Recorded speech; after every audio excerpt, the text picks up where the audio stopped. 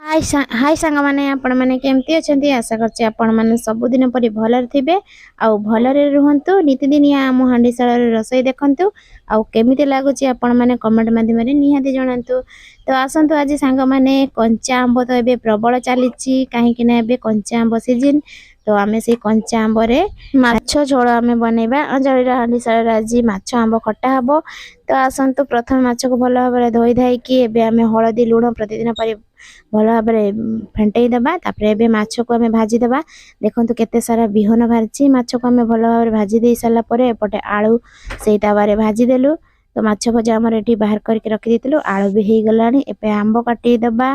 तापरे एबे कोन करबा ना पियाज आउ तेल पकेई देलु गरम हे गलानी सेते दुईटा तेज पत्र आउ किछि टमाटो एबे बेसर अदा रसुण पेस्ट को पकेई देकी कि हळदी गुंड पकेई देलु। तापरे टिके लंका गुंड पकेई दबा देखि भलो भाबरे ताको कसिबा।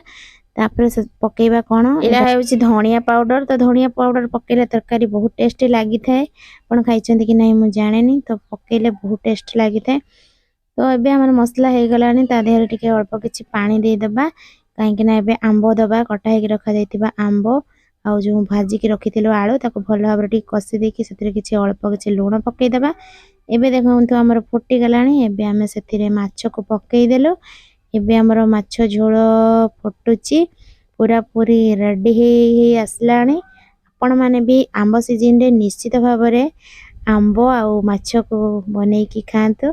देखंतु म एठी आपण माने को देखाउची केते सुंदर हेची एटा होची बिहनटा आउ आंबुल आउ म मन पूरा पूरी आज खुशी अछि काहे कि ना माछ आंबुल खट्टा हेले तो समस्तन को पार्टी रो पूरा लाळ गडे।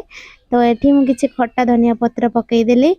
तो आपण माने निहाती आंब सीजन ले एमती बनांतु। आपण को जदी इच्छा कम झोल खाइबा पई ताहले खाइ परिबे आम घरे समस्तन को झोल बहुत प्रिय सेति पई हमर देखिसंती प्राय तरकार रे झोल बहुत रहिता।